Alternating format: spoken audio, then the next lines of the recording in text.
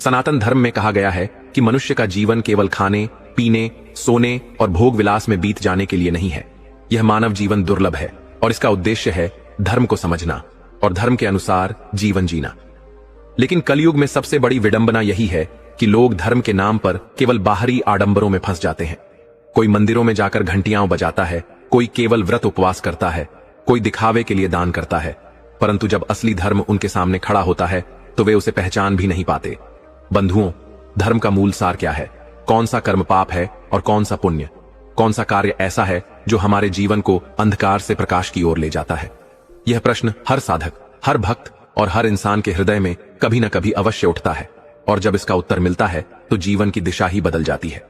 आज मैं आपको एक ऐसी अद्भुत कथा सुनाने जा रहा हूं जो केवल कथा नहीं बल्कि एक अमूल्य उपदेश है। यह कथा है एक बूढ़े गिद्ध की। हाँ, वही गिद्ध जिसे लोग सामान्यतः अपशकुन मानते हैं, परंतु यह गिद्ध साधारण नहीं था। यह जीवन भर धर्म के पथ पर चला, धर्म का पालन किया, और जब इसका जीवन अंतिम पड़ाव पर पहुंचा तब इसने संसार को एक ऐसा रहस्य सुनाया जो आज भी हर साधक के लिए खजाना है। बंधुओं, कहते हैं कि जब कोई महात्मा, कोई ज्ञानी या कोई तपस्वी अपने जीवन के अंतिम क्षणों में जो भी वचन देता है वह वचन साधारण नहीं होता, वह ब्रह्मवाणी की तरह होता है। बूढ़े गिद्ध ने भी अपने अंतिम समय में जंगल के सभी जीव जंतुओं को बुलाया।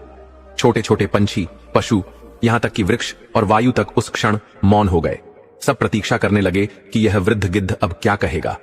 गिद्ध ने अपनी धुंधली होती आंखें खोलीं और कहा, पुत्रों, धर्म केवल शास्त्र पढ़ने में नहीं है, केवल मंत्र जाप और पूजन में नहीं है। धर्म का सबसे बड़ा आधार है स्त्री का सम्मान। और आज मैं तुम्हें बताऊंगा उन 3 स्त्रियों के बारे में जिनकी सेवा और रक्षा करना केवल पुण्य ही नहीं बल्कि सबसे बड़ा धर्म है। उसके शब्दों में थकान थी, परंतु सत्य की शक्ति भी थी।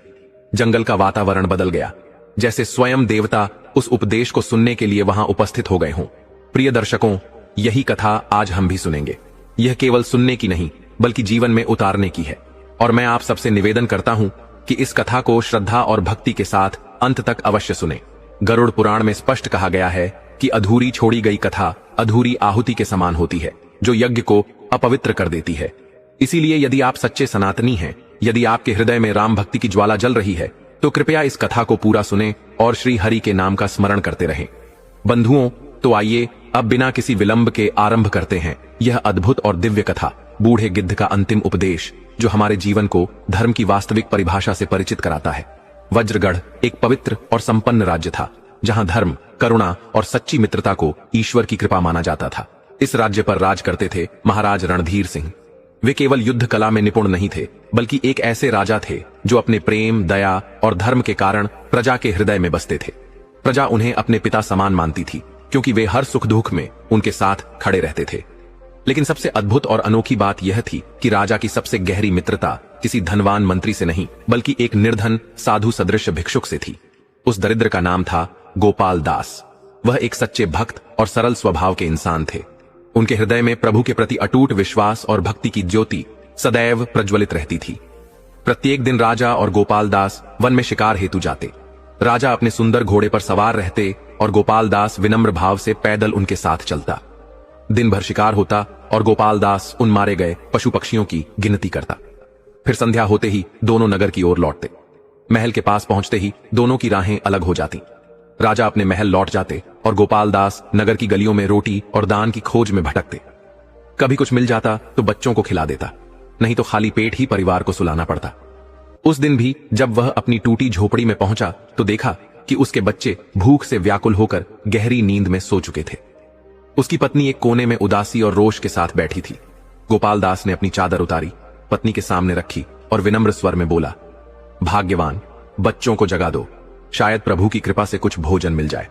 पत्नी का क्रोध जैसे फूट पड़ा। अब यह बच्चे सुबह ही उठेंगे। तुम्हें तो राजा की मित्रता निभाने से ही समय नहीं मिलता। गोपाल दास ने धीरे से कहा, तुम व्यर्थ ही नाराज होती हो। वह हमारे राजा हैं और यह कोई छोटी बात नहीं कि उन्होंने इतने अमीर लोगों को छोड़कर एक गरीब को अपना मित्र बनाया है। यह प्रभु की कृपा है और तुम्हें इस पर गर्व होना चाहिए। पत्नी बोली, लेकिन तुम्हारे उस मित्र राजा ने कभी तुम्हारी सहायता नहीं की। वह औरों को भूमि दान करता है पर तुम्हारी झोपड़ी तक नहीं देखी। वह घोड़े पर शिकार करता है और तुम्हें पैदल दौड़ाता है। गोपाल दास कुछ नहीं बोला, वह चुपचाप सुनता रहा। उसके हृदय में राजा के प्रति कोई शिकायत नहीं थी। उसने अपने भाग्य को प्रभु की इच्छा मानकर स्वीकार कर लिया था। उसे पूर्ण विश्वास था कि सच्चा पालनहार केवल परमेश्वर है, वही सबके लिए अन्न और जीवन की व्यवस्था करता है। पत्नी ने इतना कहकर बच्चों को जगाना आरंभ किया और गोपाल दास शांत भाव से बैठा रहा। उसी रात अचानक आकाश में काले बादल छा गए, तेज हवाएं चलने लगीं और मूसलाधार वर्षा होने लगी। हवा इतनी प्रचंड थी कि झोपड़ी की दीवारें डगमगाने लगीं। गोपाल दास, उसकी पत्नी और बच्चे प्रभु का नाम लेकर सो रहे थे। तभी एक जोरदार आवाज आई और झोपड़ी की एक दीवार गिर गई। सब घबरा कर उठे। बाहर वर्षा और तूफान का प्रकोप था। पूरी रात पानी गिरता रहा, चारों ओर कीचड़ फैल गया। सुबह होते ही वर्षा थम गई। गोपाल दास और उसकी पत्नी ने टूटी दीवार को ठीक करना शुरू किया। दोनों मिट्टी और कीचड़ से सने हुए थे, फिर भी निरंतर काम में लगे रहे। तभी दूर से घोड़े की टापों की आवाज सुनाई दी। गोपाल दास ने देखा महाराज रणधीर सिंह उसकी झोपड़ी की ओर बढ़ रहे हैं। उन्होंने पास आकर पुकारा, गोपाल दास, कहां हो? गोपाल दास ने शांत स्वर में कहा, यहीं हूं महाराज। राजा मुस्कुराकर बोले, चलो मित्र, आज फिर चलें शिकार पर। गोपाल दास ने सिर झुकाकर उत्तर दिया, मुझे क्षमा करें महाराज, आज मैं नहीं आ सकूंगा। राजा को यह सुनकर बड़ा आश्चर्य हुआ। ये क्या कह रहे हो? आज तक तो तुमने कभी मना नहीं किया। गोपाल दास ने थके हुए स्वर में कहा, महाराज, आज मेरी आंखें खुल गईं। मैं एक गरीब मनुष्य हूं। दिन भर आपके पीछे दौड़ता हूं और फिर शाम को भीख मांगने निकलता हूं। मेरे बच्चे भूखे सो जाते हैं, लेकिन मैंने कभी ध्यान नहीं दिया। और आप महल में लौटकर स्वादिष्ट भोजन करते हैं, विश्राम करते हैं। लेकिन अब मुझे अपने घर परिवार का भी ध्यान रखना है महाराज, इसीलिए मुझे क्षमा करें। राजा के हृदय को यह वचन भीतर तक स्पर्श कर गए। उनकी आंखें भर आईं। वे घोड़े से उतरकर गोपाल दास के पास आए, उसका कंधा थामा और बोले, गोपाल दास, मेरे सच्चे मित्र, मुझे क्षमा करो। मैंने कभी तुम्हारे जीवन को इस दृष्टि से नहीं देखा। तुमने आज मेरी आंखें खोल दी। तुमने सदा मित्रता निभाई, पर मैं उसका मूल्य नहीं समझ पाया। राजा ने हाथ जोड़कर कहा, निस्संदेह तुम महान हो। प्रभु तुम्हारे जैसे सच्चे भक्त का साथ सदा दें। आज से तुम केवल मेरे मित्र नहीं, मेरे गुरु के समान हो। कृपा करके मुझे क्षमा कर दो। गोपाल दास ने हैरानी से राजा के बदले हुए स्वर और चेहरे पर झलकते पश्चाताप को देखा। उसने झटपट राजा के दोनों हाथ पकड़े और श्रद्धा से उन्हें अपने माथे से लगाया। फिर कोमल स्वर में बोला, महाराज, महान तो केवल हमारे प्रभु हैं। मैं तो बस उनका एक छोटा सा भक्त हूं। आप मुझे संकोच में डाल रहे हैं, जबकि क्षमा तो मुझे मांगनी चाहिए कि आज मैं आपके साथ शिकार पर नहीं जा सका। राजा की आंखों में करुणा और स्नेह उमड़ आया। वे भावुक होकर बोले, गोपाल दास, तुम कितने ज्ञानी और सहनशील हो। यह कहकर राजा ने गोपाल दास को गले से लगा लिया। यह आत्मीयता देख गोपाल दास की पत्नी भी झोपड़ी के भीतर से मुस्कुराते हुए झांकने लगी। दोनों को इतना स्नेह और सम्मान से मिला देखकर उसका मन भी प्रसन्न हो गया। राजा ने अपने घोड़े की लगाम खींची और कहा, आओ मेरे साथ चलो। फिर उन्होंने गोपाल दास को घोड़े पर अपने पीछे बिठा लिया और महल की ओर चल पड़े। रास्ते में जो भी देखता चकित हो उठता। वही गोपाल दास जो रोज नगर की गलियों में दान मांगते दिखाई देते थे, आज राज घोड़े पर महाराज के साथ बैठे थे। महल पहुंचते ही राजा ने अपने सेवकों को बुलाया और मंत्री से कहा, गोपाल दास के लिए राजसी वस्त्रों की तैयारी करो। सेवक गोपाल दास को सम्मान सहित वस्त्र पहनाने ले गए। फिर राजा ने एक अन्य मंत्री को आदेश दिया, गोपाल दास की पत्नी और बच्चों को यहां लाओ। उनके रहने के लिए महल के पास का भवन तैयार किया जाए। हर प्रकार की सुविधा दी जाए। इनके लिए सेवक सेविकाएं नियुक्त करो। यदि किसी भी प्रकार की असुविधा हुई तो दंड मिलेगा। मंत्री ने सिर झुकाकर कहा, महाराज, आपकी आज्ञा का पूरी निष्ठा से पालन होगा। केवल एक घड़ी के भीतर ही गोपाल दास और उसके परिवार का जीवन बदल गया। पत्नी और बच्चे अब महल के भीतर थे, जहां उनके लिए सब कुछ सुलभ था। फिर राजा ने गोपाल दास की ओर देखकर मुस्कुराते हुए पूछा, अब तो तुम संतुष्ट हो? अब तुम्हें अपने परिवार की चिंता नहीं करनी पड़ेगी। गोपाल दास ने सिर झुकाकर श्रद्धा से उत्तर दिया, महाराज, ईश्वर आपको दीर्घायु और यशस्वी करे। मैं आपका सदा आभारी रहूंगा। राजा हंसते हुए बोले, अब यह सब बातों को छोड़ो, चलो एक बार फिर प्रभु का नाम लेकर शिकार पर निकलते हैं। यह कहकर राजा अपने सिंहासन से उठे। दोनों महल से बाहर आए।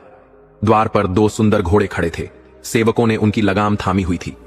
राजा और गोपाल दास दोनों अपने अपने घोड़े पर सवार हुए और नगर की सीमाओं को पार कर वन की ओर बढ़ चले। वन की हरियाली में घोड़ों की टापों की ध्वनि प्रभु के नाम की गूंज जैसी प्रतीत हो रही थी। वे दोनों शिकार में लीन हो गए। उस दिन उन्होंने कई पशु पक्षी शिकार किए, हिरण, खरगोश, पक्षी आदि। समय प्रभु की माया में कैसे बीत गया पता ही न चला। 4 पहर बीत गए और अब सूर्य की तपन सिर पर चढ़ गई। राजा को प्यास महसूस हुई। उन्होंने माथे का पसीना पोंछा और बोले, गोपाल दास, कहीं जल की व्यवस्था करो, गला सूख रहा है। गोपाल दास ने फोल्डेड हैंड्स करके कहा, अभी देखता हूं महाराज। आप प्रभु का स्मरण करते हुए यहीं विश्राम करें। यह कहकर वह वन में जल की खोज में निकल पड़ा। घोड़े को दौड़ाता हुआ वह इधर उधर देखता रहा। प्रभु की कृपा से बहुत देर भटकने के बाद उसे एक तालाब दिखाई दिया। चारों ओर घने वृक्ष थे। तालाब पत्थरों से घिरा हुआ था। हवा शीतल थी। गोपाल दास ने घोड़े से उतरकर हाथ जल में डाला। जल शीतल और स्वच्छ था। स्वयं को भी बहुत प्यास लगी थी। उसने दोनों हाथों से अंजलि में जल लिया और जैसे ही पीने को झुका तभी मन में विचार आया, यदि मैं पहले स्वयं पी लूं और महाराज को प्यासा छोड़ दूं तो यह मेरे स्वार्थ का प्रमाण होगा। पहले महाराज को जल पिलाना चाहिए। यही सेवा ही सच्चा धर्म है। उसने तुरंत जल पीने का विचार त्याग दिया और उठ खड़ा हुआ। तभी उसकी दृष्टि तालाब के किनारे बनी एक चित्र पर पड़ी। वह रुक गया। वह चित्र किसी राजकुमारी का था। अनुपम सौंदर्य वाली छवि, बड़ी बड़ी आंखें, घने बाल, मोहक मुस्कान। गोपाल दास उस छवि पर ठिठक गया। कुछ क्षण तक उस चित्र को निहारता रहा। फिर मन में विचार आया, यदि महाराज ने यह छवि देख ली तो वे अवश्य ही आकर्षित हो जाएंगे। पर यह कौन है, कहां की राजकुमारी है और यह चित्र यहां क्यों बना है, यह मैं नहीं जानता। पहले इसे ढंक देना ही उचित होगा ताकि महाराज के मन में विकार उत्पन्न न हो। उसने तालाब की मिट्टी उठाकर कीचड़ बनाई और उस चित्र को ढंक दिया ताकि किसी की दृष्टि उस पर ना पड़े। जब वह संतुष्ट हो गया कि चित्र अब नहीं दिख रहा तो उसने राहत की सांस ली और प्रभु को मन ही मन प्रणाम करके महाराज को लेने तेजी से लौट पड़ा। जैसे ही वह राजा के पास पहुंचा, राजा ने व्याकुलता से कहा, गोपाल दास, क्या जल मिला? मेरा गला तो सूख कर कांटा हो गया है। गोपाल दास ने सिर झुकाकर श्रद्धा से कहा, हाँ महाराज, मैंने एक सुंदर तालाब खोजा है। यह यहां से बहुत दूर नहीं है, इसीलिए मैं आपको लेने चला आया। राजा ने प्रभु का नाम लेते हुए राहत की सांस ली और दोनों अपने अपने घोड़ों पर बैठकर तालाब की ओर चल पड़े। कुछ ही देर में वे वहां पहुंच गए। राजा ने घोड़े से उतरते ही दोनों हथेलियों से जल उठाया और प्रभु को स्मरण करके पानी पीने लगे। जल ठंडा और मधुर था। फिर गोपाल दास ने भी अपनी प्यास बुझाई। इसके बाद दोनों ने अपने अपने घोड़ों को भी जल पिलाया। राजा ने आंखें बंद कर एक लंबी सांस ली और मुस्कुराकर बोले, गोपाल दास, यह जल कितना शीतल और मधुर है और यहाँ का वातावरण भी बड़ा शांत और सुखद है। मेरा मन कर रहा है कि कुछ समय प्रभु की शरण लेकर यहीं विश्राम करें। गोपाल दास ने श्रद्धा से सिर झुकाते हुए कहा, जैसा आपका आदेश हो महाराज। उसी समय राजा की दृष्टि तालाब के किनारे पड़े एक पत्थर पर पड़ी जिस पर गीली मिट्टी चिपकी हुई थी। राजा ने भौं चढ़ाते हुए कहा, गोपाल दास, यह पत्थर कितना गंदा लग रहा है, इसे साफ कर देना चाहिए। यह सुनकर गोपाल दास का चेहरा घबरा गया। वह तुरंत बोला, महाराज, यह किसी को कोई हानि नहीं पहुंचा रहा। यदि इस पर कीचड़ है तो ऐसे ही रहने दीजिए। पर राजा को यह स्वीकार नहीं था। उन्होंने अपने हाथों में जल भरा और पत्थर पर फेंकने लगे। जैसे जैसे जल गिरता गया, मिट्टी धुलती गई। गोपाल दास डर और चिंता में सब देख रहा था, पर वह राजा को रोक भी नहीं सकता था।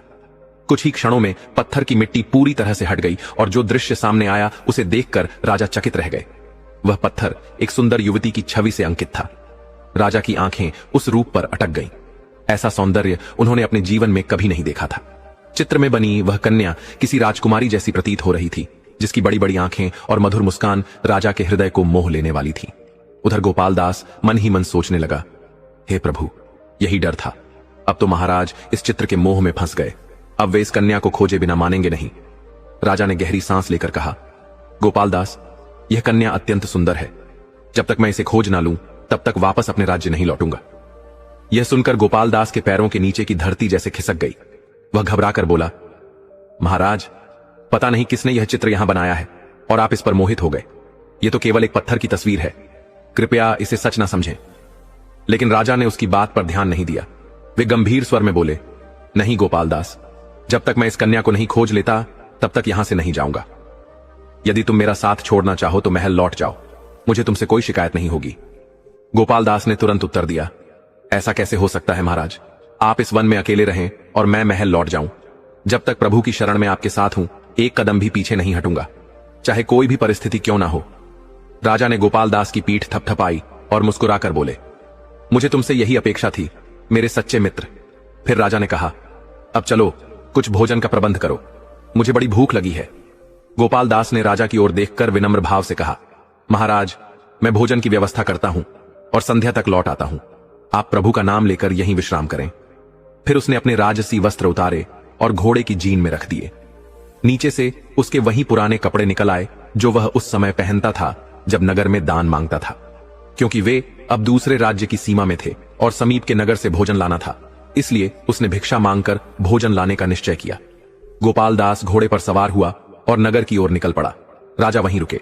उन्होंने अपनी चादर बिछाई और आराम से लेट गए, पर उनकी दृष्टि फिर उस चित्र की ओर चली गई।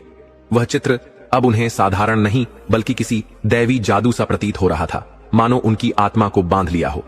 राजा का हृदय उस रूप की मधुरता में डूबता चला गया।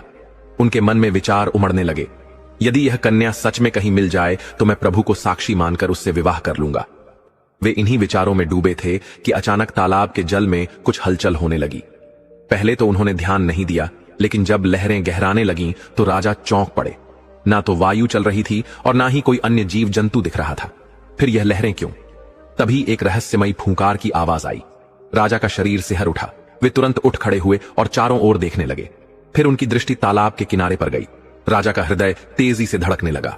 तालाब से एक विशाल और भयानक अजगर बाहर निकल रहा था। वह इतना विकराल था कि उसकी आंखें अंगारे जैसी चमक रही थीं और मुख से अग्नि की लपटें निकल रही थीं। जब वह पूरी तरह जल से बाहर आया तो राजा अवाक रह गए। यह कोई साधारण सर्प नहीं था, यह तो एक दैत्याकार अजगर था जिसकी लंबाई 20 फुट से भी अधिक थी।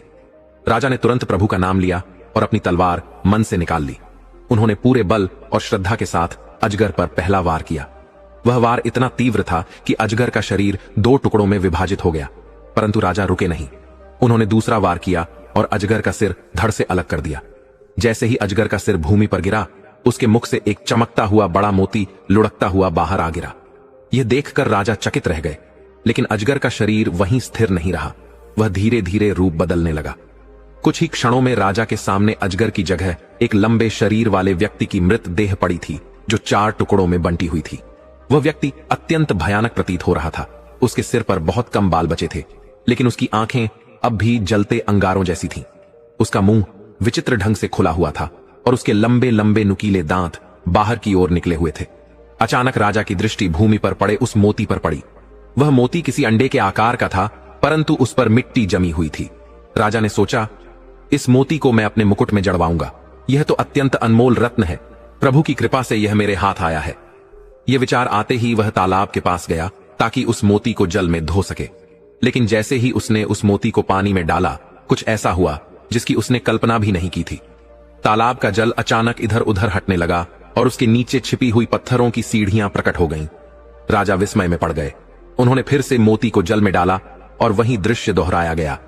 जल हट गया और सीढ़ियां पूरी तरह स्पष्ट दिखाई देने लगीं। अब राजा की जिज्ञासा और भी बढ़ गई। उन्होंने मन ही मन प्रभु को प्रणाम करते हुए सोचा, इस तालाब में अवश्य ही कोई रहस्य छिपा है। यह रहस्य जानना ही होगा, देखना चाहिए यह सीढ़ियां कहां जाती हैं। राजा धीरे धीरे सीढ़ियां उतरने लगे। जैसे जैसे वे नीचे बढ़ते गए, उन्हें अनुभव हुआ कि जल केवल उस मोती के प्रभाव से हट रहा है। लगभग 50-60 सीढ़ियां उतरने के बाद वे एक विशाल कक्ष में पहुंचे। वह कक्ष अत्यंत भव्य था और दिव्य प्रकाश से जगमगा रहा था। दीवारों पर सुंदर चित्र और नक्काशी थी और भूमि पर कीमती रत्न जड़े हुए थे। ये सब देख राजा दंग रह गए। वे आगे बढ़े और एक द्वार से होते हुए दूसरे कक्ष में पहुंचे। वहां पहुंचकर उनकी आंखें विस्मय से फैल गईं। यह कोई साधारण स्थान नहीं था, बल्कि एक दिव्य महल था। वहां अनेक कमरे बने हुए थे। एक और एक बड़ा सा बाग था जिसमें दुर्लभ फूल खिले थे और मोर प्रभु की स्तुति में नृत्य कर रहे थे। लेकिन राजा की सबसे बड़ी हैरानी तब हुई जब वे अगले कक्ष में पहुंचे। उन्होंने देखा कि कमरे के बीचों बीच एक सोने का झूला या पलंग रखा था, जिस पर एक सुंदर युवती लेटी हुई थी। राजा का हृदय तेजी से धड़कने लगा। यह वही युवती थी जिसकी छवि उन्होंने तालाब के पास पत्थर पर देखी थी। वह कन्या रेशमी और राजसी वस्त्रों में सुसज्जित थी। उसकी सुंदरता का वर्णन करना कठिन था। जैसे ही युवती की दृष्टि राजा पर पड़ी, वह हल्के से मुस्कुराई, लेकिन अगले ही क्षण उसकी आंखों से आंसू बहने लगे। राजा यह देखकर चकित रह गए। यह सब कुछ रहस्यमय प्रतीत हो रहा था। राजा ने उस कन्या की ओर देखकर विनम्र स्वर में पूछा, हे देवी, आप कौन हैं और यह स्थान किसका है? युवती ने अपने अश्रु पोंछे और भर्राए हुए स्वर में उत्तर दिया, मैं विराट नगर के राजा की पुत्री हूं। मेरा नाम राजकुमारी अवंतिका है। यह महल एक दुष्ट दैत्य का है, जो 2 वर्ष पूर्व मुझे मेरे राजमहल से उठा ले गया और अब मुझसे विवाह करना चाहता है। राजा अवाक रह गए। उन्होंने पूछा, वह दैत्य अब कहां है? राजकुमारी बोली, वह इस समय शिकार के लिए बाहर गया है। वह हर बार तालाब से अजगर का रूप धारण कर निकलता है और निर्दोष लोगों को अपना शिकार बना लेता है। राजा ने प्रभु का स्मरण करते हुए मुस्कुराकर कहा, अब आपको किसी भी प्रकार का भय करने की आवश्यकता नहीं है राजकुमारी। ईश्वर की कृपा से मैंने उस राक्षस का अंत कर दिया है। उसके शरीर के टुकड़े तालाब के समीप पड़े हैं। यह सुनकर राजकुमारी की आंखों में आशा और आनंद की ज्योति चमक उठी। क्या यह सत्य है? उसने भावुक होकर पूछा। राजा ने सिर हिलाकर उसे विश्वास दिलाया। राजकुमारी का मुखमंडल प्रसन्नता से खिल उठा। फिर उसने पूछा, किंतु आप कौन हैं? राजा ने सौम्य मुस्कान के साथ उत्तर दिया, मैं पड़ोसी राज्य वज्रगढ़ का राजा रणधीर सिंह हूं। शिकार करते करते मैं इस वन में दूर तक चला आया। मुझे प्यास लगी तो मैं अपने प्रिय मित्र गोपाल दास के साथ इस तालाब के पास पहुंचा। वहीं एक पत्थर पर आपकी छवि देखी और आपकी दिव्य सुंदरता से आकृष्ट हो गया। तभी वह अजगर प्रकट हुआ और मैंने ईश्वर की कृपा से उसे परास्त किया। उसी के मुख से यह अद्भुत मोती निकला जिसकी शक्ति से मैं यहां तक पहुंच सका। राजा ने पूरी कथा विस्तार से सुनाई। इसके पश्चात वह तालाब के पास पहुंचे और अपनी तलवार से एक गड्ढा खोदने लगे। गड्ढा पूर्ण होने पर उन्होंने उस दैत्य के शव को उसमें डालकर मिट्टी से ढक दिया और ऊपर से एक छोटा टीला बना दिया ताकि कोई भी उसे कभी ढूंढ न सके। यह सब कर लेने के पश्चात राजा ने अपने घोड़े को लिया और पुनः तालाब में प्रवेश किया। उनके हृदय में भगवान के प्रति कृतज्ञता उमड़ रही थी कि प्रभु ने उनकी इच्छा इतनी शीघ्र पूर्ण कर दी। राजकुमारी अवंतिका को पाकर वे स्वयं को सबसे सौभाग्यशाली मान रहे थे। जब वे पुनः महल में लौटे तो राजकुमारी ने निवेदन किया, अब हमें यहां से चल देना चाहिए। मैं आपके साथ आपके राज्य में चलना चाहती हूं। राजा क्षण भर विचारमग्न हुए और फिर बोले, हमें मेरे प्रिय मित्र गोपाल दास के आने की प्रतीक्षा करनी चाहिए। जब वह लौट आएंगे तभी हम प्रस्थान करेंगे। इसके बाद दोनों महल में विश्राम करने चले गए। राजा दिन भर की घटनाओं से थक चुके थे, अतः शीघ्र ही गहरी निद्रा में लीन हो गए। उधर गोपाल दास नगर में भ्रमण करते हुए भिक्षा मांगते रहे। जब उन्होंने पर्याप्त भोजन और आवश्यक सामग्री एकत्र कर ली तो उसी स्थान की ओर लौट चले जहां उन्होंने राजा को छोड़ा था। जब वे तालाब के पास पहुंचे तो रात गहरा चुकी थी। ठंडी पवन बह रही थी और चारों ओर सन्नाटा छाया था। उन्होंने चारों ओर दृष्टि दौड़ाई किंतु महाराज कहीं दिखाई न दिए, न तो उनका घोड़ा दिख रहा था। गोपाल दास का हृदय धड़कने लगा। उन्होंने सोचा, संभव है मेरी देर से आने के कारण महाराज मेरी खोज में नगर की ओर चले गए होंगे। यह सोचकर वे लौटने ही वाले थे कि अचानक उनकी दृष्टि तालाब के किनारे बनी एक छोटी सी कब्र पर पड़ी। यह देखकर वे स्तब्ध रह गए। पिछली बार जब वे आए थे तब वहां कोई कब्र न थी, किंतु अब वहां एक नई कब्र थी और महाराज कहीं दृष्टिगोचर नहीं हो रहे थे। उनके हृदय में अनजाना भय घर करने लगा। मन व्याकुल हो उठा। उन्हें प्रतीत हुआ कि कहीं किसी दुष्ट ने मेरे प्रभु तुल्य स्वामी की हत्या करके उन्हें यहीं न गाड़ दिया हो। यह सोचकर वे भूमि पर बैठ गए और फूट फूट कर विलाप करने लगे। हे प्रभु, यह क्या हो गया? कौन वह पापी है जिसने मेरे स्वामी की जीवन लीला समाप्त कर दी? उनका करुण विलाप तालाब के शांत जल से टकराकर गूंजने लगा। वे उस कब्र से लिपटकर रोते रहे और उस अदृश्य शत्रु को कोसते रहे। रात गहराती चली गई। अंततः थककर वे उसी कब्र के समीप सो गए। प्रभात हुआ। सूर्य की पहली किरण जब आकाश में फैली तो तालाब का जल स्वर्णिम आभा में चमक उठा। गोपाल दास की आंख खुली। उन्होंने सुस्त नेत्रों से चारों ओर देखा और फिर बैठ गए। उन्होंने दोनों हाथ जोड़कर आकाश की ओर देखा और प्रार्थना की, हे प्रभु, मेरे महाराज की आत्मा को शांति प्रदान करना। फिर दृढ़ स्वर में बोले, अब मैं अपने घर कभी नहीं लौटूंगा। अपने जीवन के शेष दिन मैं यहीं रहकर महाराज की समाधि की सेवा करूंगा। ऐसा निश्चय कर वे भोजन की व्यवस्था हेतु नगर की ओर चल पड़े। उधर राजा रणधीर सिंह की नींद खुली। कमरे में हल्की रोशनी फैल चुकी थी। राजकुमारी अवंतिका भी जाग चुकी थी। दोनों ने प्रभु का स्मरण करते हुए थोड़ा नाश्ता किया। फिर राजा ने प्रसन्नचित होकर कहा, चलो बाहर चलते हैं, ताजी हवा लेंगे और गोपाल दास को भी देखेंगे। वह बेचारा रात भर तालाब के पास ही रहा होगा। पता नहीं गोपाल दास ने अपने मन में क्या क्या चिंताएं और कल्पनाएं की होंगी। राजा और राजकुमारी महल से बाहर आए, पर चारों ओर खोजने पर भी गोपाल दास कहीं नहीं मिले। राजा के हृदय में चिंता व्याप्त होने लगी। उन्होंने सोचा, क्या वह आया भी था या नहीं। जब वे तालाब के पास टहल रहे थे तभी राजकुमारी की दृष्टि उस कब्र पर पड़ी। उसने आश्चर्यचकित होकर पूछा, यह कब्र किसकी है और इसे किसने बनाया? राजा ने गहरी सांस लेकर गंभीर स्वर में कहा, यह उसी दैत्य की कब्र है। मैंने उसे पराजित कर दया भाव से यहीं पर दफना दिया। राजकुमारी यह सुनकर मौन हो गई, किंतु उसके अंतर्मन में अनेक प्रश्न उठने लगे। राजा ने उसकी ओर देखते हुए सहज भाव से कहा, यह सब प्रभु की अद्भुत लीला है। राजकुमारी हल्की मुस्कान के साथ सिर हिलाने लगी। फिर दोनों पुनः तालाब के नीचे बने उस दिव्य महल में लौट आए। वहां कोई सेवक या सेविका तो था नहीं, इसलिए राजकुमारी ने अपने ही पावन हाथों से भोजन बनाया। फिर दोनों ने साथ बैठकर प्रेम पूर्वक भोजन ग्रहण किया।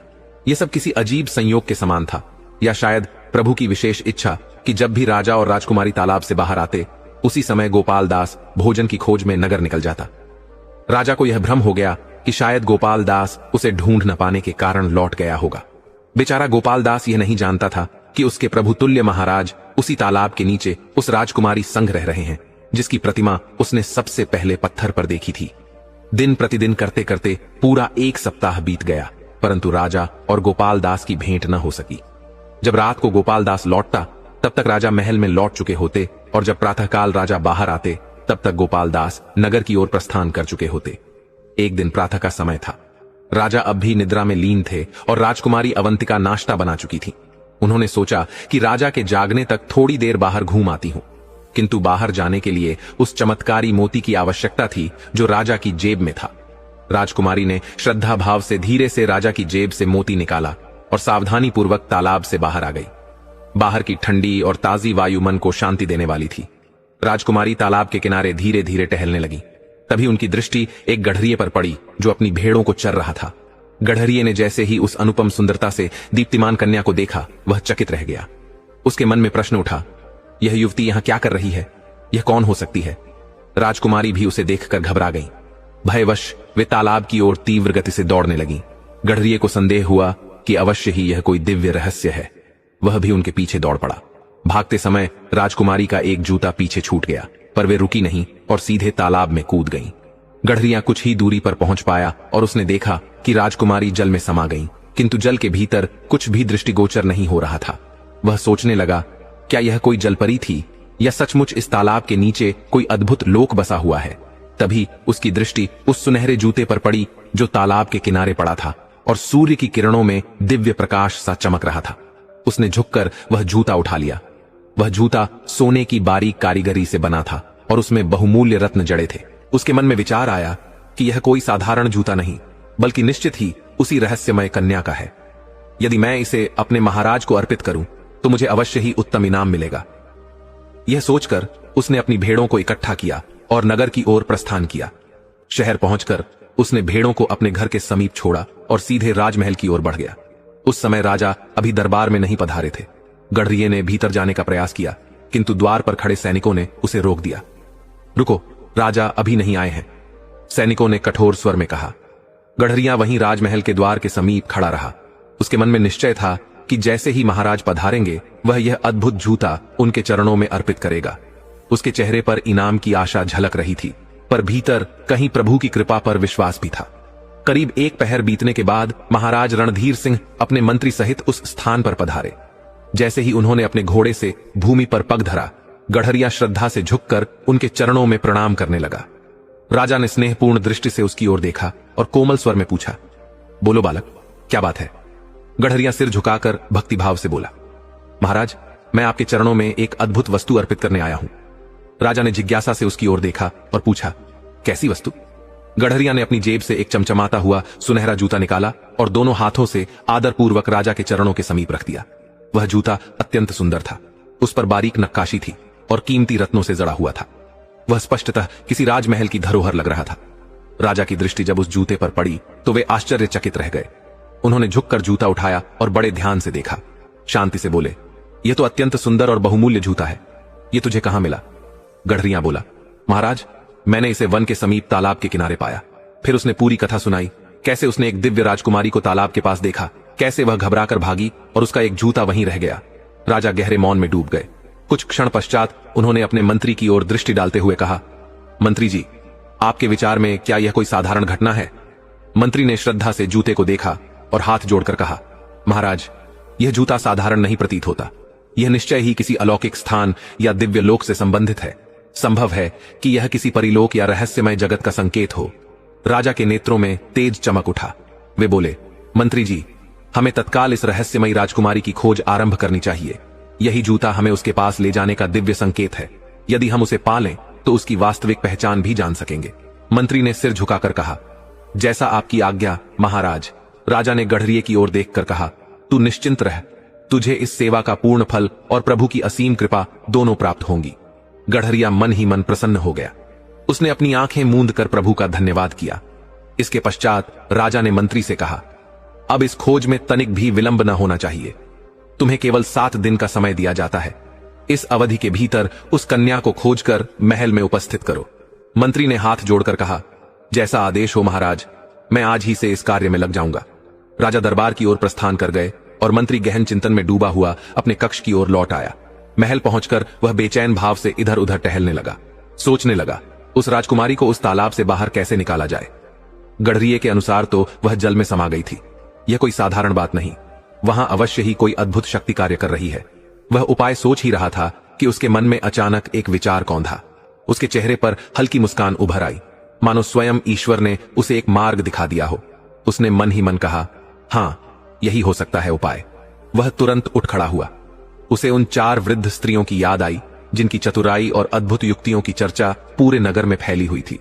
वे अपने मायावी उपायों और चालाकी के लिए प्रसिद्ध थीं। मंत्री ने जोर से ताली बजाई। एक सेवक भीतर आया और सिर झुकाकर बोला, आदेश दें स्वामी। मंत्री ने दृढ़ स्वर में कहा, दरोगा को बुलाओ अभी। सेवक तुरंत बाहर दौड़ा। थोड़ी ही देर में दरोगा हाथ जोड़कर मंत्री के सामने खड़ा हो गया। मंत्री ने आदेश दिया, जाओ, नगर में जो 4 चतुर वृद्ध स्त्रियां घूम रही हैं, जिनकी चतुराई और उपायों की चर्चा नगर नगर है, उन्हें मेरे समक्ष उपस्थित करो। दरोगा ने सिर झुकाकर कहा, जैसा आदेश हो स्वामी, और वह तुरंत बाहर चला गया। करीब आधे घंटे का समय बीत गया। दरोगा लौट आया और बोला, महाराज, वे 4 स्त्रियां आ चुकी हैं। मंत्री ने सिर हिलाया और कहा, उन्हें भीतर लाओ। दरोगा ने ताली बजाई। कुछ ही समय में 2 सिपाही 4 हट्टी कट्टी उम्रदराज स्त्रियों को लेकर भीतर आए। वे उन्हें मंत्री के सामने खड़ा कर बाहर चले गए। मंत्री ने उन्हें ध्यानपूर्वक देखा। उनके चेहरों और आंखों में चतुराई और अनुभव साफ झलक रहा था। वे भले ही वृद्ध थीं, लेकिन उनके हाव भाव से यह स्पष्ट था कि वे आज भी बहुत कुछ कर सकती हैं।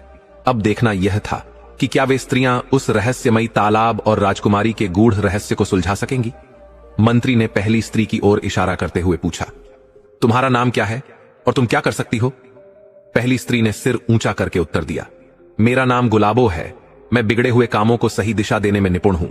मंत्री ने सिर हिलाया और दूसरी स्त्री की ओर देखा, अब तुम बताओ।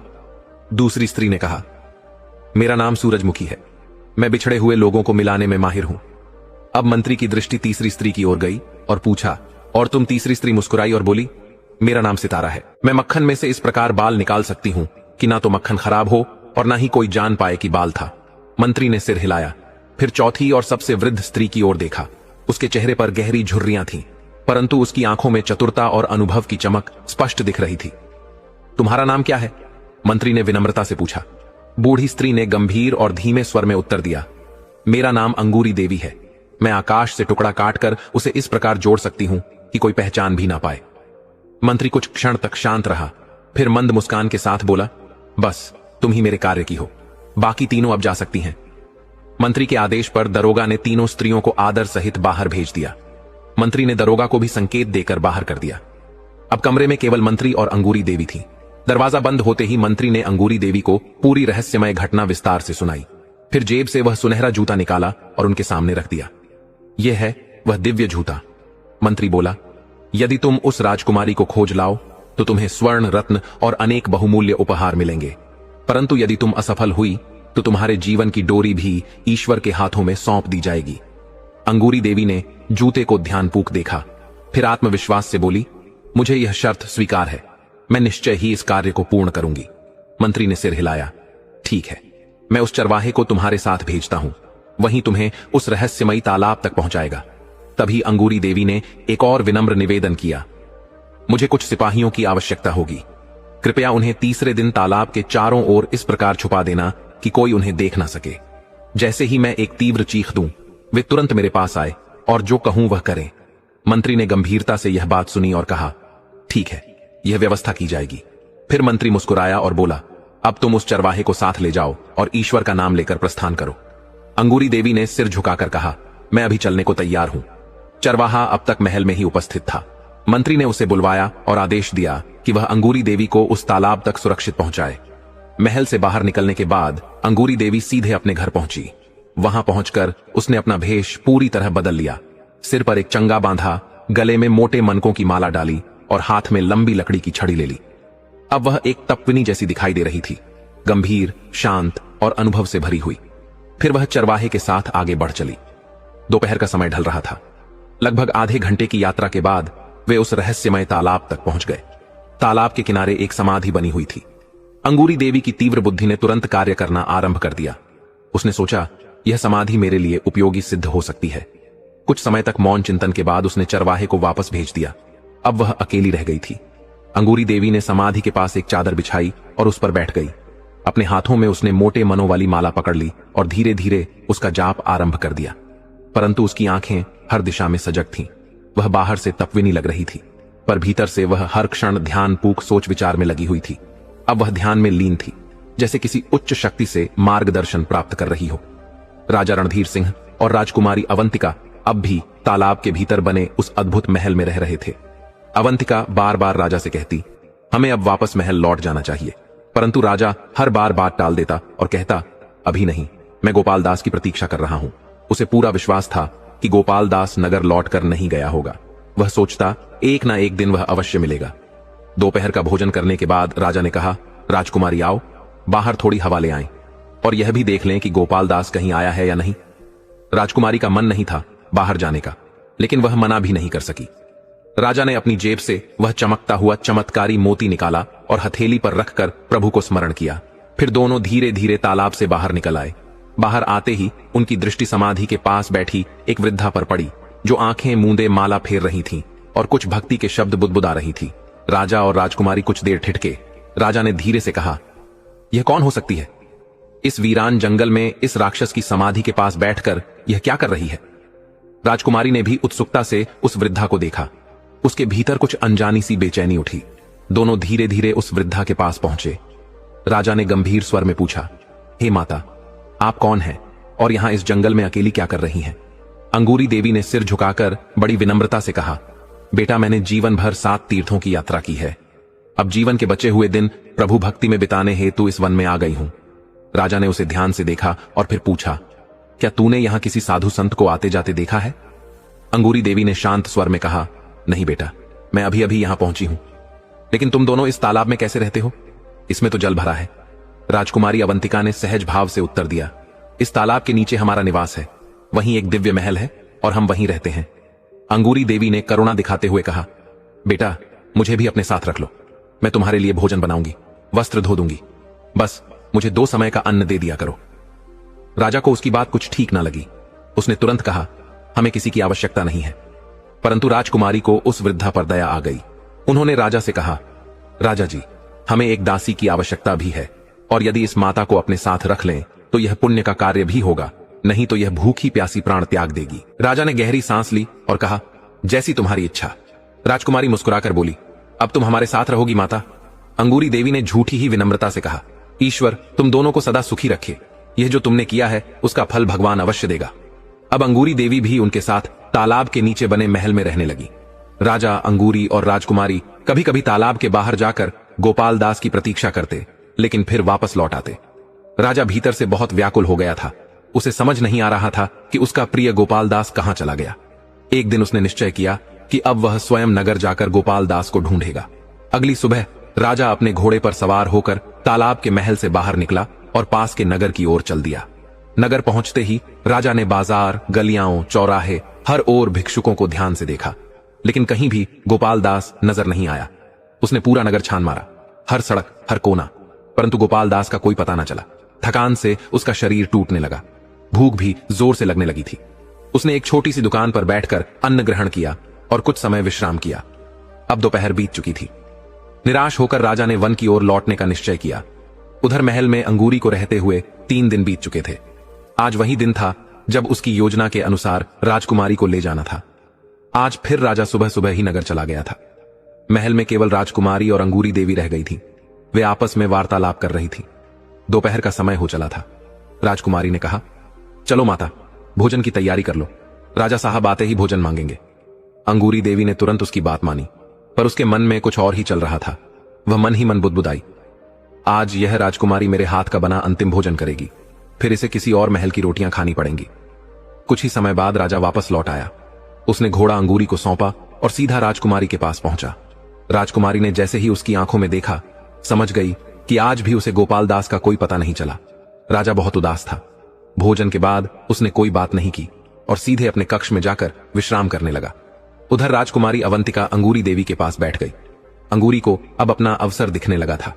उसने मीठी आवाज में कहा, बेटी, आज मन बड़ा भारी हो रहा है, चलो बाहर थोड़ा घूम आते हैं, मन हल्का हो जाएगा।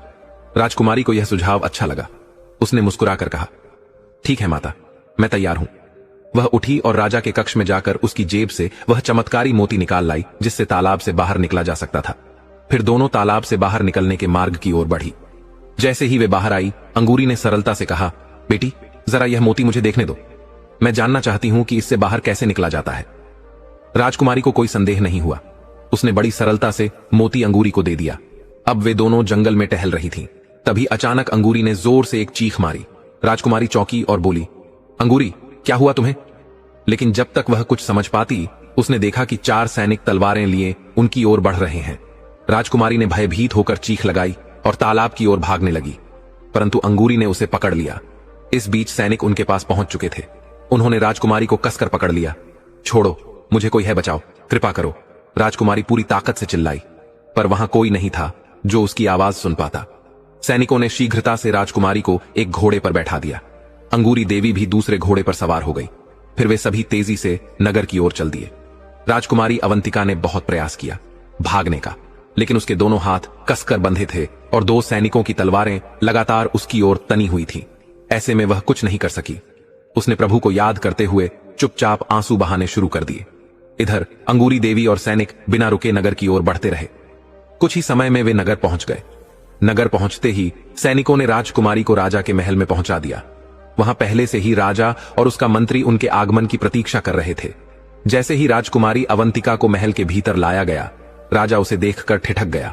उसकी अनुपम सुंदरता देखकर वह मंत्रमुग्ध रह गया। उसने प्रसन्न होकर अंगूरी को 5000 स्वर्ण मुद्राएं इनाम में दी। अंगूरी ने वह इनाम स्वीकार किया और प्रसन्न होकर अपने घर की ओर चल दी। अब उसके पास वह चमत्कारी मोती भी था जिससे तालाब के नीचे के महल का द्वार खुलता था। राजा ने अपने मंत्री से कहा, अब तुम विश्राम करो, मैं राजकुमारी से कुछ एकांत में बात करना चाहता हूं। मंत्री ने सिर झुकाकर कहा, जैसा आदेश हो महाराज, और विनम्रता से बाहर चला गया। राजा राजकुमारी की ओर मुड़ा और मुस्कुराकर बोला, सुंदरी, क्या तुम्हें यहां आकर आनंद नहीं आया? राजकुमारी अवंतिका ने क्रोधित स्वर में उत्तर दिया, नहीं, बिल्कुल भी नहीं। राजा उसकी आंखों में देखता रहा और हंस पड़ा। कोई बात नहीं, जल्दी ही तुम्हें यहां का सुख मिल जाएगा। मैं तुमसे विवाह करना चाहता हूं। यह सुनकर राजकुमारी की आंखों में क्रोध भर आया। उसने दृढ़ स्वर में कहा, कभी नहीं, इससे अच्छा तो मैं मृत्यु को गले लगा लूं। राजा ने गुस्से में कहा, संभल कर बोलो, अभिमानी कन्या, तुम्हें पता भी है कि तुम किससे बात कर रही हो? राजकुमारी ने निर्भीक स्वर में कहा, हां, मुझे पता है, मैं एक घमंडी राजा से बात कर रही हूं, पर मैं तुमसे विवाह कभी नहीं करूंगी। यह मेरा अंतिम निर्णय है। राजा कुछ पल शांत रहा, फिर गंभीर स्वर में पूछा, क्या तुम पहले से विवाहित हो? राजकुमारी ने उसकी आंखों में देखते हुए कहा, हां, मैं पड़ोसी राज्य के राजा की धर्मपत्नी हूं।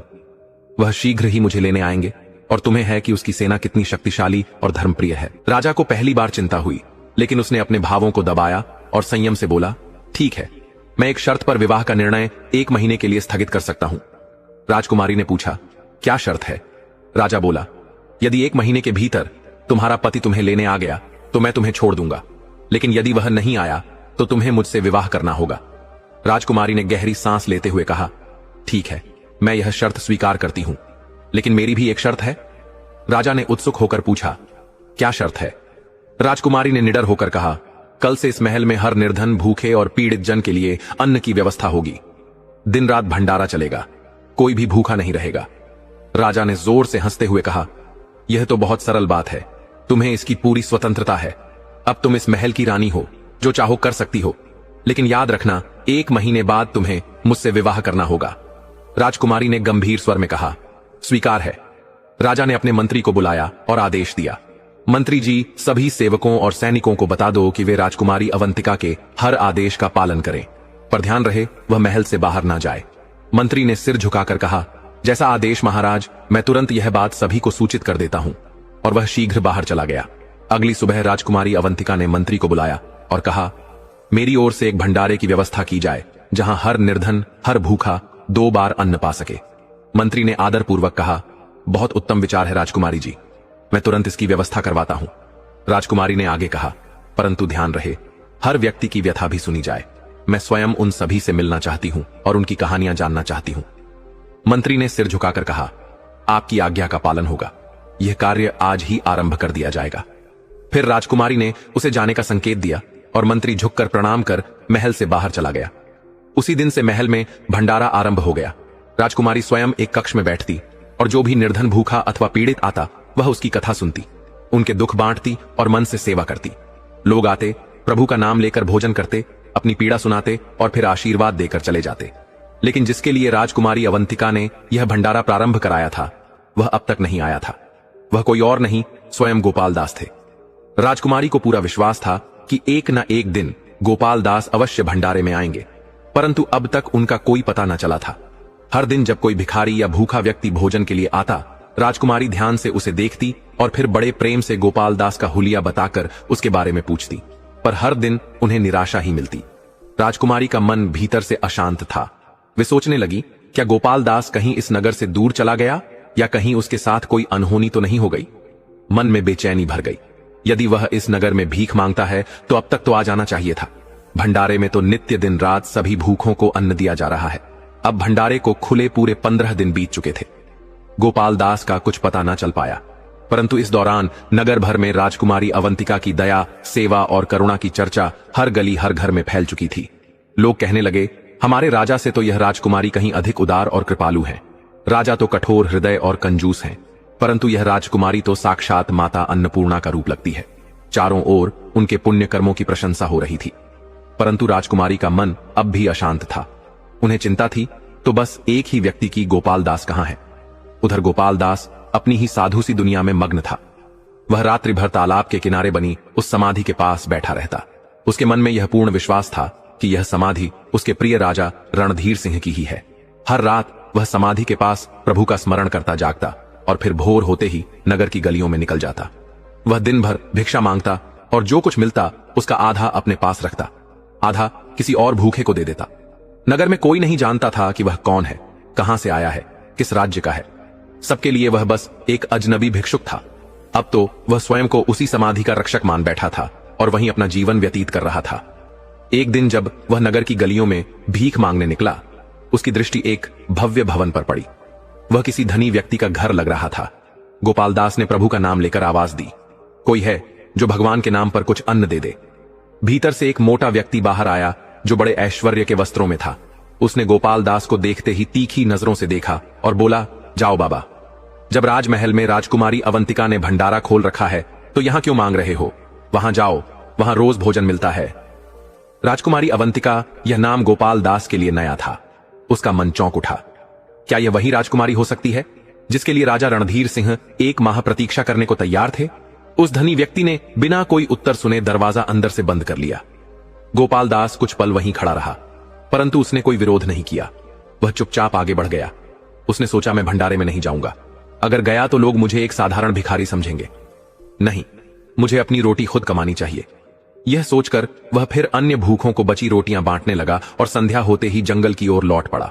अगले दिन जब वह दोबारा नगर की ओर जा रहा था तो रास्ते में उसकी दृष्टि एक चींटी के बिल पर पड़ी। वहां जल भरता जा रहा था।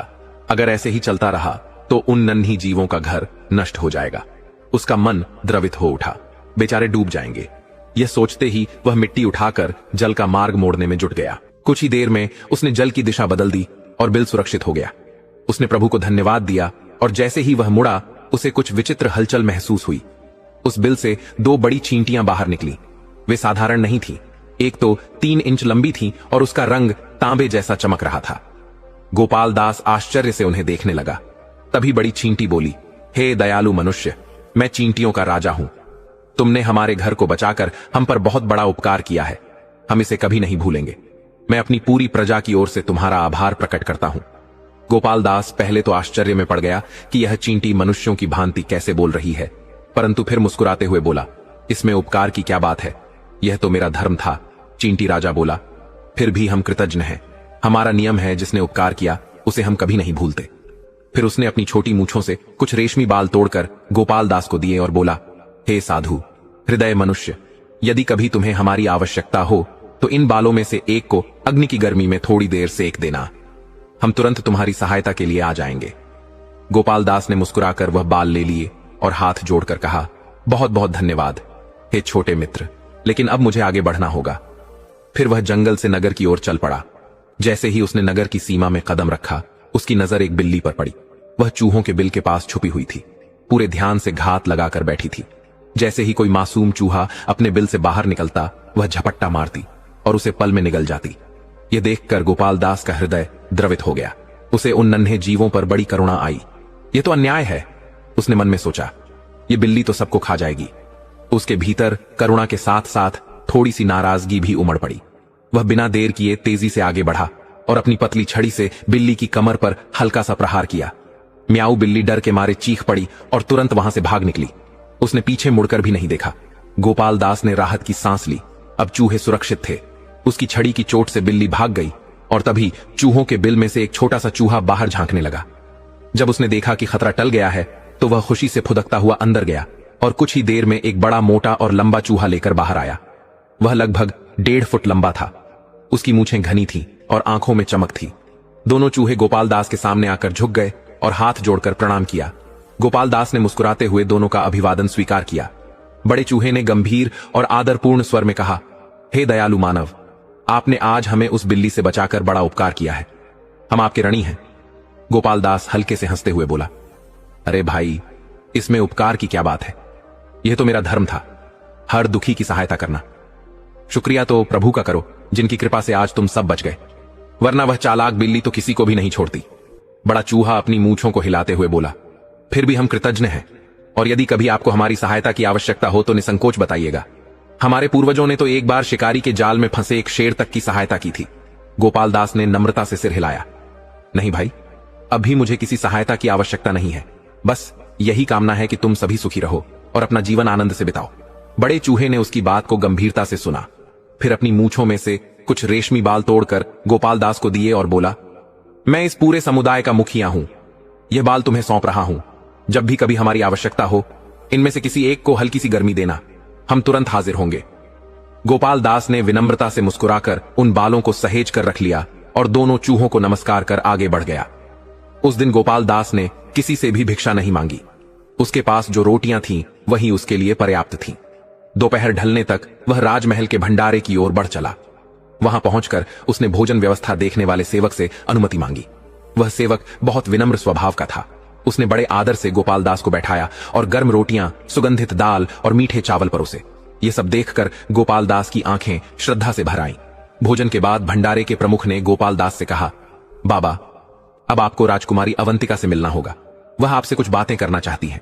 उसके बाद आपको रात्रि भोजन देकर विदा किया जाएगा। राजकुमारी अवंतिका यह नाम सुनते ही गोपाल दास एक पल के लिए ठिठक गया।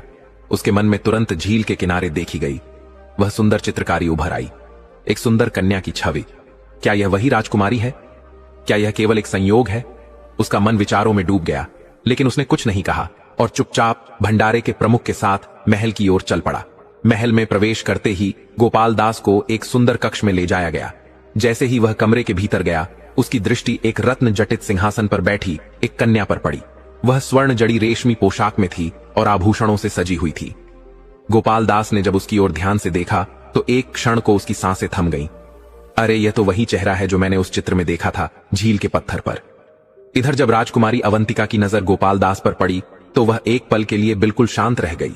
वह उसी रूप में उसे देख रही थी जैसा रूप कभी राजा रणधीर सिंह ने उसके बारे में बताया था। सेवक जो दोनों की निगरानी कर रहा था, गोपाल दास को वहां छोड़कर बाहर चला गया।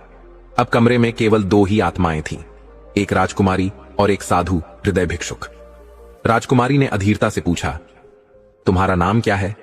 गोपाल दास ने धीमे स्वर में कहा। गोपाल दास जैसे ही उसने अपना नाम बताया, राजकुमारी एकदम तख्त से उठ खड़ी हुई। उसकी आंखें भर आई थीं, होंठ कांपने लगे थे और अगले ही क्षण वह दौड़ पड़ी और भाव विभोर होकर गोपाल दास को भैया कहकर गले से लगा लिया। गोपाल दास स्तब्ध रह गया। यह क्या हो रहा था? राजकुमारी अवंतिका सिसक रही थी, जैसे वर्षों बाद अपने खोए हुए भाई को पा लिया हो, परंतु गोपाल दास के मन में संशय था। उसने धीरे से कहा, राजकुमारी जी, शायद आपको कोई भ्रम हुआ है। मैं तो एक साधारण भिखारी हूं। मेरा किसी राज्य परिवार से कोई संबंध नहीं। राजकुमारी अवंतिका अलग हुई, मुस्कुराई। उसकी आंखों में आनंद के आंसू थे। उसने मधुर स्वर में कहा, भाई गोपाल दास, क्या तुम राजा रणधीर सिंह के मित्र नहीं हो?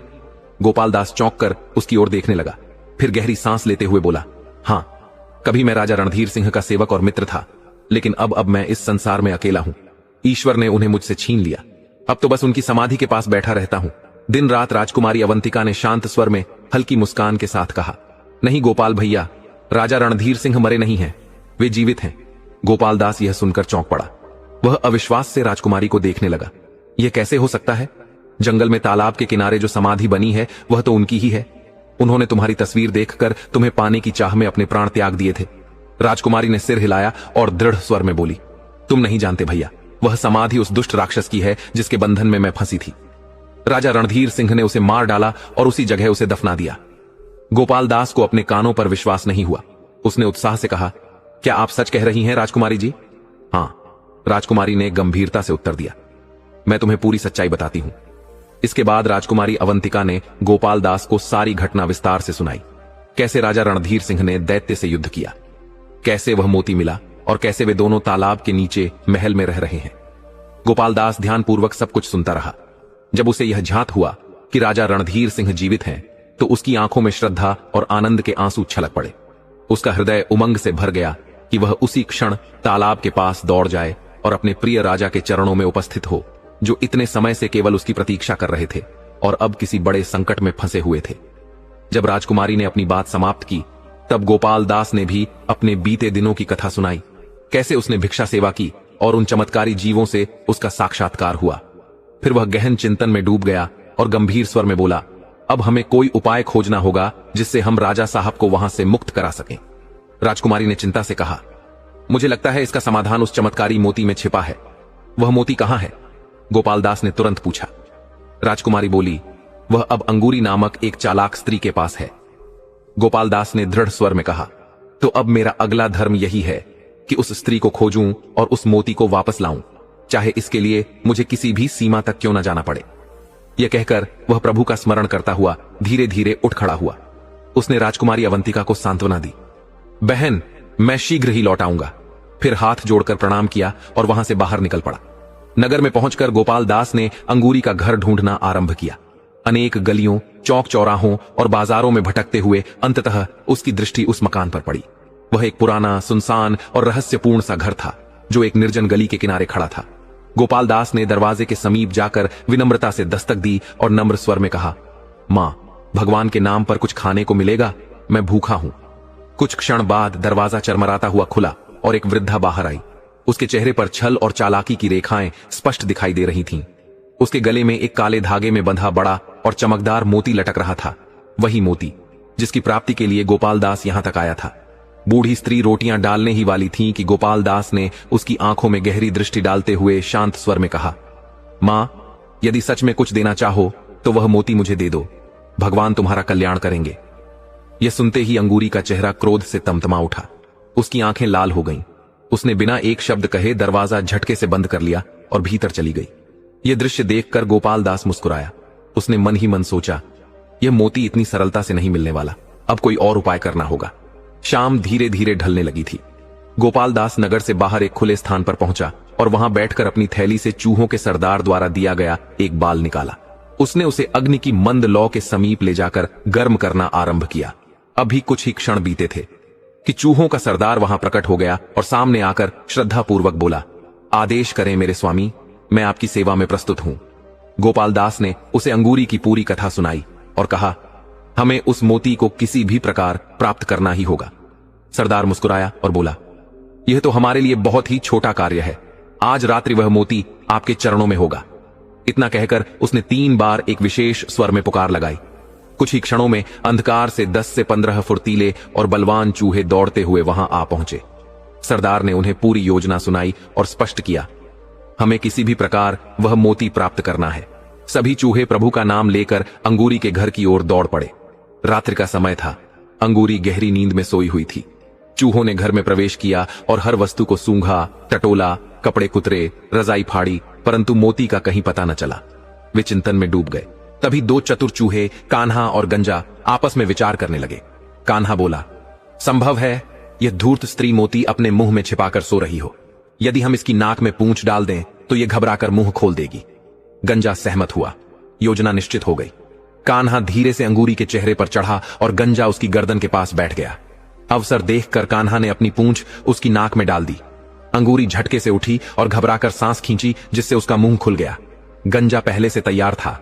उसने तुरंत मोती देखा और झपट कर अपने मुंह में दबा लिया। फिर ताकि अंगूरी चिल्ला न सके उसने उसकी जीभ को हल्का काट दिया और दोनों चूहे फुर्ती से नीचे कूद गए। दर्द से कराहती अंगूरी हड़बड़ाकर उठी और लाठी लेकर चूहों के पीछे भागी, पर उसकी शक्ति ऐसी न थी कि वह उन्हें पकड़ सके। चूहे बिजली की गति से वहां से भाग निकले और सरदार के पास पहुंचे। क्या हुआ? सरदार ने उत्सुकता से पूछा।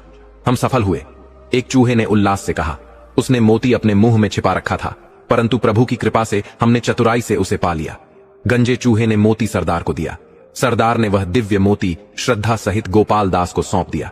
गोपाल दास की आंखों में चमक आ गई। उसका हृदय प्रभु की कृपा से धड़क उठा। उसने मोती को हाथ में लेकर सिर झुका दिया और भाव विह्वल होकर कहा, हे प्रभु, आज आपने मेरी साधना सफल कर दी। अब उसके मन में केवल एक ही संकल्प था, अपने स्वामी राजा रणधीर सिंह से मिलना। उधर तालाब के नीचे स्थित महल में राजा रणधीर सिंह की व्याकुलता दिन प्रतिदिन बढ़ती जा रही थी। राजकुमारी अवंतिका और अंगूरी को लापता हुए 171 दिन बीत चुके थे। इन दिनों में राजा को एक पल का भी चैन नहीं मिला था। वह सदैव उदास और चिंतित रहते। उनका प्रिय मित्र गोपाल दास बिछुड़ गया था और अब राजकुमारी अवंतिका भी नहीं थी। राजा को यह समझ ही नहीं आ रहा था, क्या राजकुमारी स्वेच्छा से चली गई या किसी छल से उसे ले जाया गया? क्या मैं सारी आयु इस जल महल में ही बंधा रहूंगा? वे सोचते। उनके पास वह मोती भी नहीं था जिससे वे तालाब से बाहर निकल पाते। बीती अनेक रातों की तरह इस रात भी वे विचारों में ही डूबे रहे। नींद तो उन्हें बहुत पहले ही त्याग चुकी थी। उधर गोपाल दास प्रभु का नाम लेते हुए प्रसन्न चित्त तालाब की ओर बढ़ चला। जैसे ही उसने वह दिव्य मोती जल में डाला तो अद्भुत चमत्कार हुआ। जल एक ओर हटने लगा और वहां सुंदर सी सीढ़ियां प्रकट हो गईं। यह दृश्य देखकर गोपाल दास का हृदय प्रभु के प्रति कृतज्ञता से भर उठा। वह ईश्वर का धन्यवाद करता हुआ शीघ्रता से सीढ़ियां उतरने लगा। नीचे पहुंचते ही जो दृश्य उसने देखा उससे उसकी आंखें विस्मय से भर उठीं। वह महल अत्यंत भव्य और अद्भुत था, मानो देवताओं का निवास हो। परंतु गोपाल दास का ध्यान केवल अपने स्वामी की खोज में था। वह एक एक कक्ष में जाता गया। 5वें कक्ष में जाकर उसने देखा कि एक पुरुष पलंग पर शांत भाव से बैठे हैं। वही तेजस्वी रूप, वही दिव्य आभा, वे और कोई नहीं, स्वयं महाराज रणधीर सिंह थे। गोपाल दास ने जैसे ही उन्हें देखा आगे बढ़ा। राजा रणधीर सिंह, जो अपने विचारों में खोए थे, आहट पाकर चौंक उठे। जैसे ही उनकी दृष्टि गोपाल दास पर पड़ी, वे भाव विह्वल हो गए और दौड़कर उसे गले से लगा लिया। दोनों की आंखों से मिलन और प्रेम के आंसू बह निकले। राजा ने कहा, कहां चले गए थे भाई? मैं तुम्हारी प्रतीक्षा करता रहा और स्वयं भी संकट में फंस गया।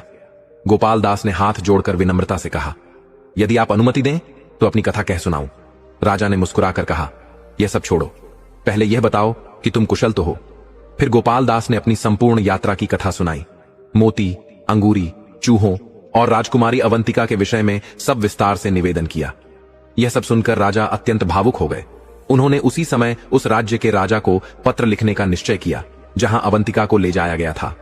राजा ने पत्र में लिखा, हे राजन, यह उचित नहीं कि आपने मेरी धर्मपत्नी का अपहरण किया, फिर भी मैं आपको क्षमा करता हूं। कृपया मेरी रानी को सम्मान सहित मेरे राज्य में भेज दीजिए, अन्यथा धर्म की रक्षा हेतु मुझे अपनी सेना के साथ आना पड़ेगा। पत्र के अंत में उन्होंने अपने हस्ताक्षर और राजमुद्रा अंकित की और उसे गोपाल दास को सौंपते हुए कहा, इसे जाकर उस राजा को दो और लौटते समय उत्तर भी साथ लाना। मेरी रानी से भी अवश्य मिलना। गोपाल दास ने हाथ जोड़कर प्रणाम किया और नगर की ओर चल पड़ा। राजा रणधीर सिंह तालाब के बाहर ही उसकी प्रतीक्षा करने लगे। दोपहर तक गोपाल दास वापस लौट आया। उसका मुख आनंद से चमक रहा था। उसने राजा को उत्तर पत्र सौंपा। राजा ने वह पत्र खोला। उसमें लिखा था, हे महाराज रणधीर सिंह, मैं अपनी भूल के लिए क्षमा चाहता हूं। आपके पत्र के बाद मुझे अपनी गलती का आभास हुआ। आपकी महारानी अवंतिका पूर्णतः सुरक्षित है। मैंने उन्हें किसी प्रकार की पीड़ा नहीं दी। कल प्रातः उन्हें सैनिकों की एक टोली के साथ आपके राज्य भेज रहा हूं। यह पढ़कर राजा रणधीर सिंह के हृदय को अपार संतोष मिला। अब उन्हें अगली सुबह का बेसब्री से इंतजार था। उसी दिन पूरे नगर में दीप प्रज्वलित किए गए। महल सजीव हो उठा। शहनाइयों की मधुर ध्वनि वातावरण को भक्तिमय बना रही थी। नगरवासी उल्लास में डूबे हुए थे। तभी एक राजदूत आया और एक पत्र सौंपा। वह पत्र उसी राजा का था जिसमें लिखा था, हे धर्मात्मा राजा, मैं आपकी क्षमा भावना की सराहना करता हूं। आपकी महारानी को पूर्ण सम्मान के साथ आपकी ओर रवाना कर दिया गया है। साथ ही मेरी ओर से कुछ विनम्र भेंट भी प्रेषित की गई है। आशा है आप स्वीकार करेंगे। राजा रणधीर सिंह ने पत्र पढ़कर दरबार में उपस्थित सभी को यह शुभ समाचार सुनाया। चारों ओर जय घोष गूंज उठे। अगले ही दिन राजकुमारी अवंतिका सैनिकों के साथ महल पहुंची। जैसे ही वे महल द्वार पर उतरी, राजा स्वयं आगे बढ़े और उन्हें ससम्मान अपने चरणों में स्थान दिया। राजकुमारी की आंखों से अश्रुधारा बह निकली। वर्षों बाद अपने प्रिय जीवन साथी को पाकर उनका हृदय प्रभु के प्रति कृतज्ञता से भर गया। राजा ने सैनिकों को आदरपूर्वक विदा किया और उनके राजा के लिए उपहार भेजे। इसके बाद महल में शुभ विवाह की तैयारियां प्रारंभ हुईं। अगले ही दिन राजा रणधीर सिंह और राजकुमारी अवंतिका का विवाह पूर्ण विधि विधान और भव्यता के साथ संपन्न हुआ। पूरे राज्य में दीप प्रज्वलित हुए, मिठाइयां वितरित की गईं, भजन कीर्तन, नृत्य और संगीत का आयोजन हुआ। गोपाल दास भी अपने घर लौटे, जहां उनकी पत्नी और बच्चे उनकी प्रतीक्षा में थे। वर्षों बाद अपने परिवार से मिलकर उनका हृदय भाव विभोर हो गया। सभी ने उन्हें गले लगाया और आनंदाश्रु बह निकले। इस प्रकार राजा रणधीर सिंह और राजकुमारी अवंतिका ने अपने राज्य में प्रेम, सेवा और धर्म के मार्ग पर चलते हुए सुखपूर्वक राज्य किया, और गोपाल दास ने भी अपने परिवार के साथ भक्ति, सादगी और सेवा से परिपूर्ण जीवन व्यतीत किया। यह कथा प्रेम, मित्रता, निष्ठा और धैर्य की ऐसी अमर गाथा बन गई जिसे लोग युगों युगों तक स्मरण करते रहे। दर्शक बंधु, यह कथा अभी यहीं समाप्त नहीं होती।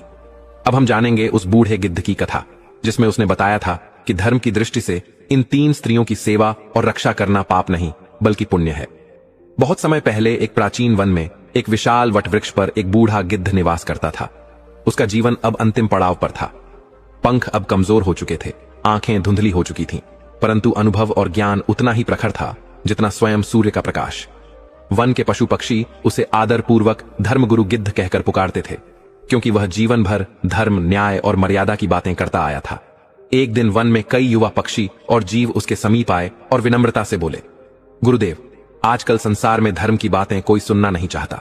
लोग केवल भोग और लोभ में डूबे हैं। हमें बताइए कि ऐसा कौन सा धर्म है जो कलयुग में मनुष्य का मार्गदर्शन कर सके। बूढ़े गिद्ध ने अपनी गहरी आंखें बंद की, कुछ क्षण मौन रहकर गंभीर स्वर में बोला, पुत्रों सुनो, धर्म केवल पूजा पाठ का नाम नहीं है। धर्म का सबसे बड़ा आधार है नारी का सम्मान। शास्त्रों में कहा गया है कि जहां स्त्री का आदर होता है वहीं देवता निवास करते हैं, परंतु आजकल लोग यही सबसे बड़ी बात भूल गए हैं।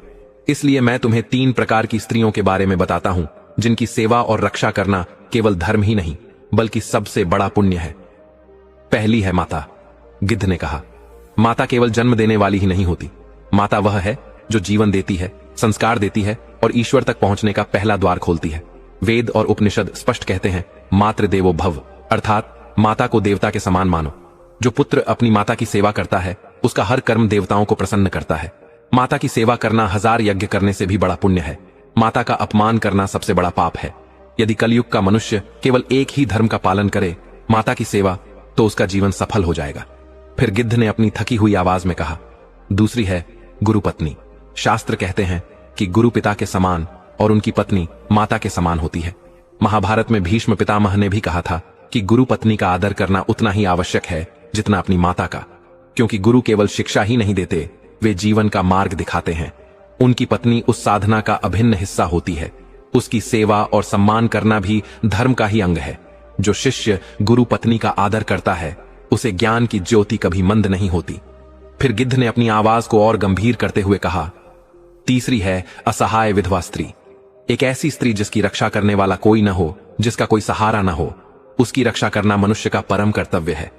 महाभारत में भीष्म ने युधिष्ठिर को उपदेश दिया था कि राजा का प्रथम धर्म असहाय स्त्री की रक्षा करना है। यदि कोई मनुष्य ऐसी स्त्री की सहायता करता है तो देवता स्वयं उस पर कृपा करते हैं। यह केवल पुण्य नहीं बल्कि स्वयं धर्म का पालन है। गिद्ध ने एक गहरी सांस ली और कहा, पुत्रों, याद रखना, कलयुग में लोग धन, रूप और वैभव के पीछे भागेंगे और सोचेंगे कि यही सुख है, परंतु वास्तविक सुख उस पुण्य में है जो माता की सेवा से, गुरु पत्नी के आदर से और असहाय स्त्री की रक्षा से प्राप्त होता है। जो इन तीनों का सम्मान करता है उसके घर में दरिद्रता नहीं आती, उसके कुल में कलंक नहीं लगता और उसका नाम पीढ़ियों तक अमर रहता है। जंगल के सभी जीव मौन होकर सुनते रहे। उनकी आंखों में आंसू थे और हृदय में नई प्रेरणा का संचार हो रहा था। बूढ़ा गिद्ध धीरे धीरे आकाश की ओर देखता हुआ बोला, मैं अब बहुत थक चुका हूं। शायद यह मेरे जीवन का अंतिम उपदेश है, पर यदि तुमने इसे आत्मसात कर लिया तो समझना कि मैंने व्यर्थ जीवन नहीं जिया। इतना कहकर बूढ़ा गिद्ध अपने घोंसले में शांति से लेट गया। पक्षियों ने उसे प्रणाम किया और उसके बताए धर्म को जीवन में अपनाने का संकल्प लिया। प्रिय दर्शक बंधुओं, इस कथा का संदेश स्पष्ट है। माता की सेवा सबसे बड़ा धर्म है। गुरु पत्नी का सम्मान करना ज्ञान और संस्कार का मूल है। असहाय स्त्री की रक्षा करना ही सच्चा धर्म है। धर्म का पालन केवल मंदिर जाकर नहीं होता, बल्कि घर और समाज में स्त्री को सम्मान देकर ही होता है। बंधुओं, इस प्रकार उस बूढ़े गिद्ध ने अपने अंतिम समय में हमें यह दिव्य उपदेश दिया कि माता की सेवा करना सबसे बड़ा धर्म है। गुरु पत्नी का सम्मान करना ज्ञान का आधार है और असहाय स्त्री की रक्षा करना ईश्वर की आराधना के समान है। याद रखिए, पूजा पाठ, व्रत, उपवास, मंदिर और तीर्थ सब अपने स्थान पर हैं, परंतु यदि आपने इन तीनों कर्तव्यों को निभा लिया तो समझ लीजिए कि आपने स्वयं भगवान को प्रसन्न कर लिया। धर्म केवल शास्त्रों में नहीं, बल्कि आपके रोजमर्रा के कर्मों में छिपा है। और यह कथा हमें यही सिखाती है कि जहां स्त्री का सम्मान होता है, वहीं सच्चे धर्म का वास होता है।